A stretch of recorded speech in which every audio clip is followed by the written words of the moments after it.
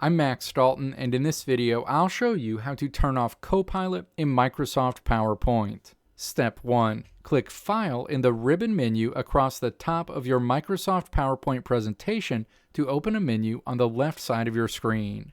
Step 2. Click Options in this menu. A PowerPoint Options menu is displayed.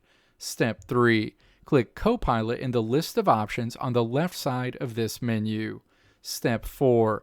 Click to remove the check mark next to Enable Copilot and then click OK.